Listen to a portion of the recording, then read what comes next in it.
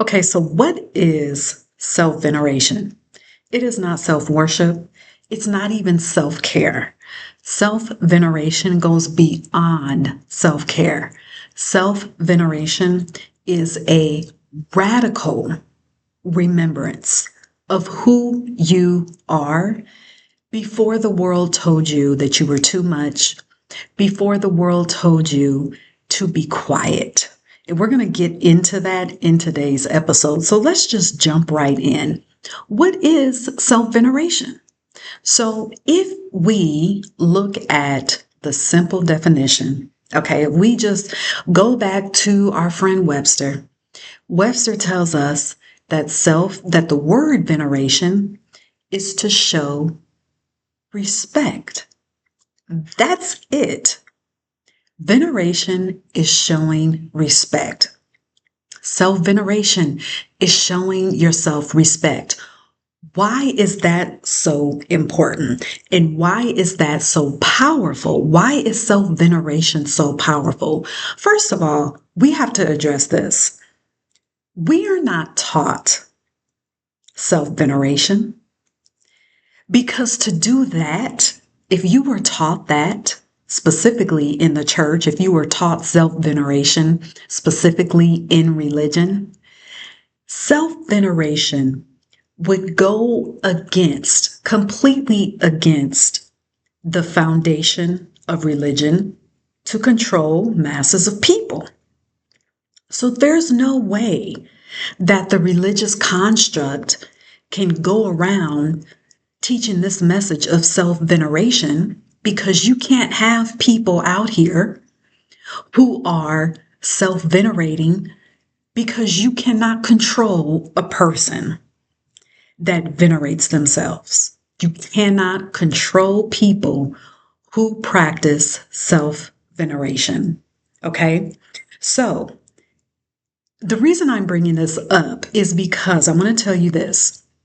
Self veneration, that was one of the very first practices that I had to implement into my life when I was noticing blind spots of religious programming that was still operating in my life. This is after I had been away from the church and religion for years. All right. I had to implement self veneration in order for me to reconnect with my own power, with my sovereign being, and with my divinity. All right. So at first, it felt very distant, which would make sense because the unknown is going to feel different. All right. It was foreign and distant because I was still operating from a belief that to focus on myself, to show respect for myself, that was somehow selfish. And also, focusing on yourself was also demonized in the church. It was demonized in religion. Okay. So, even though self veneration was still unknown to me, I kept going. I kept practicing it. I kept showing respect for myself. I kept going through with the practice until the connection with my own divinity and with my own power felt solid and sealed. Because you have to make a decision. And let me just say this. If you are watching this and you have been out of the church, you have been out of religion, and your soul is calling you, is elevating you to implement certain practices, at some point you can't be afraid anymore. You can't allow fear to be in the driver's seat. You just have to make a decision and say, I am doing this because I feel that this is what my soul is calling.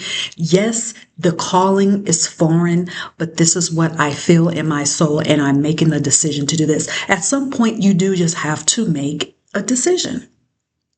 All right, so let's get back to what I'm saying.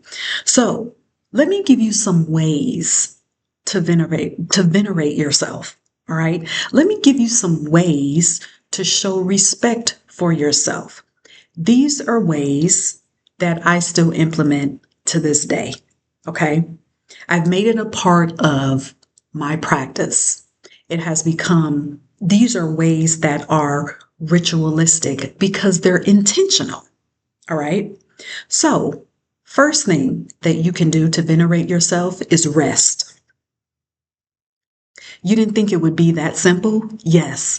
The first thing you can do, and I'm saying the first thing because that's how I have it listed, but these things are intertwined. So it doesn't matter which one you do first. Just go with me.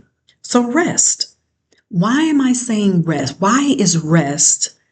Why can you use rest as a self-venerating tool? Because you are programmed to view rest as a reward. You are programmed to view rest as something that you have to earn. So here's what I used to do. I used to tell myself, no, I can't rest until all of these things are complete. Then I'll rest. Then I got into that whole culture where I'll rest when I die.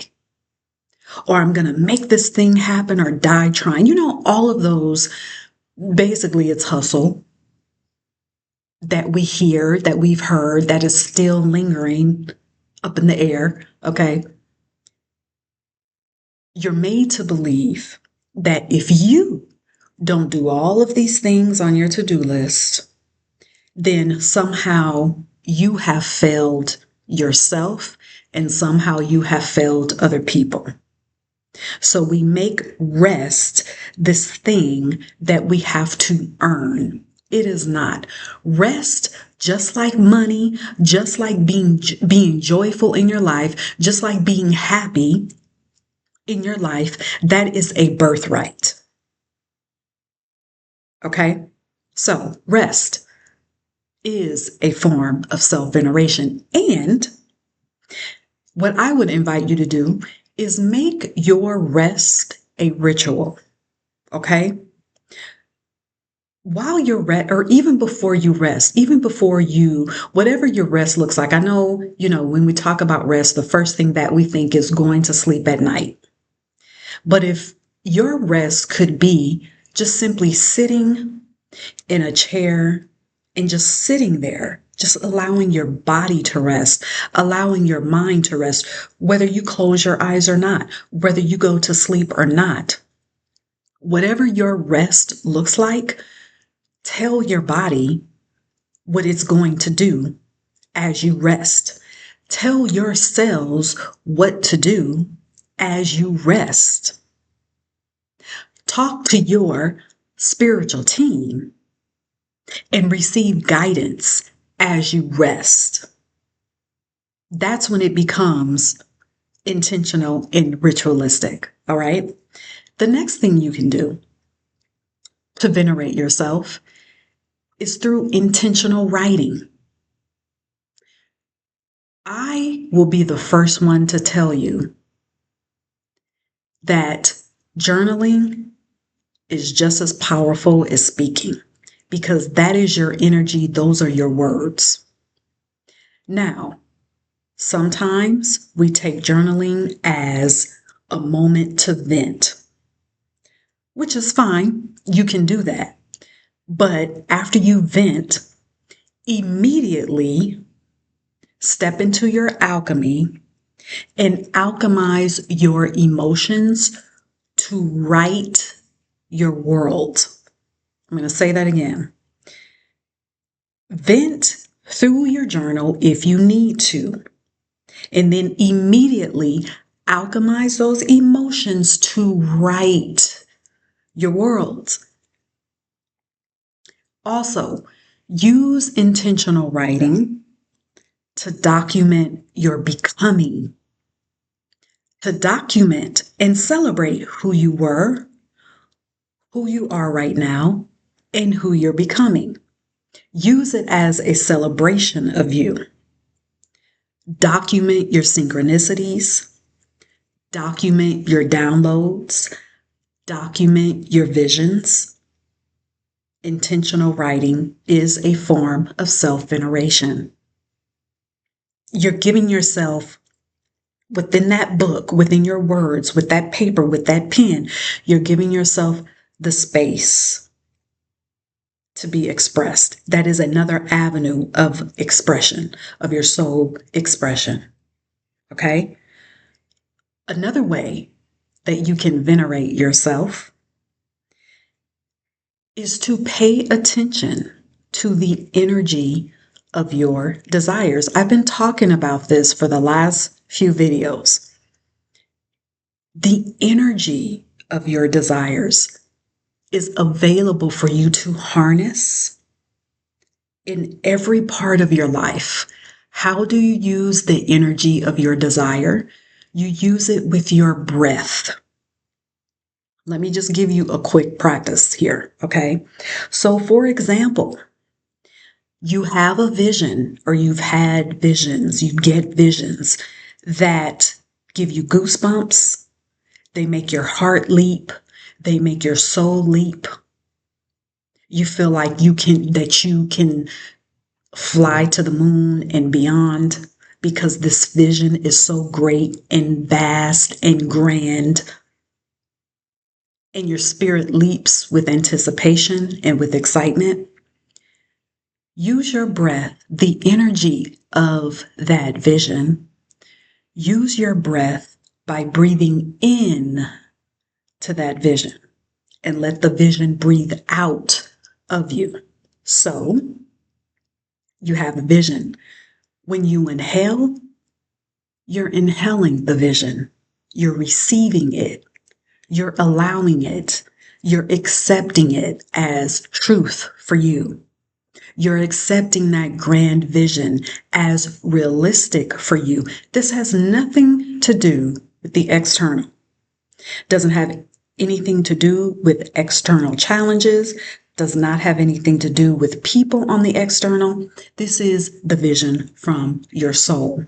So you inhale it in, you receive it, and then when you exhale, you're sending it out into your world to be manifested in your external and in your physical environment. So not only does that vision, not only have you just accepted it on the internal, you have now, in a sense, pushed it to your external world. We're not talking about force here, because when do you force yourself to inhale and exhale? No. It happens in such a divine capacity. It is synchronized.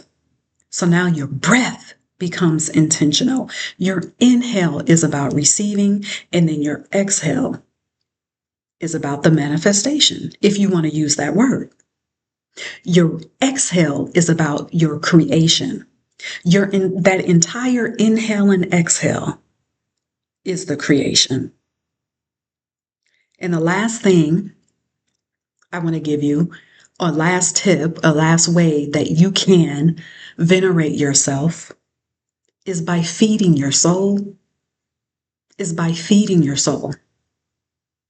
So, how do you feed your soul? By doing what you love. It's simple. Think about what you love right now. Is it turning on your favorite song and maybe not necessarily dancing, but just moving all around and however your body moves? Is that something that you love? Then you need to do it. Is it watching a comedy? If you love to laugh, when's the last time you laughed? It's time for you to do that now. Is it singing? When's the last time you allowed yourself just to sing as loud as you could? Do that now. Is it painting? Do you love to paint? When's the last time you painted? Go do that now. That's feeding your soul. That is venerating yourself. Candle magic.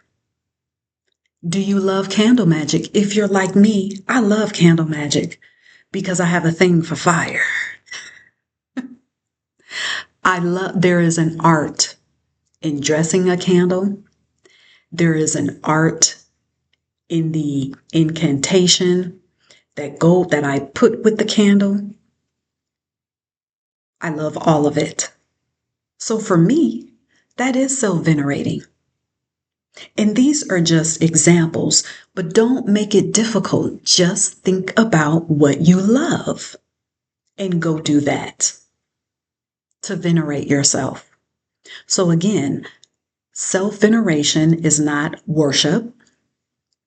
Self-veneration could be self-care, but it is beyond self-care. So begin to implement self-veneration.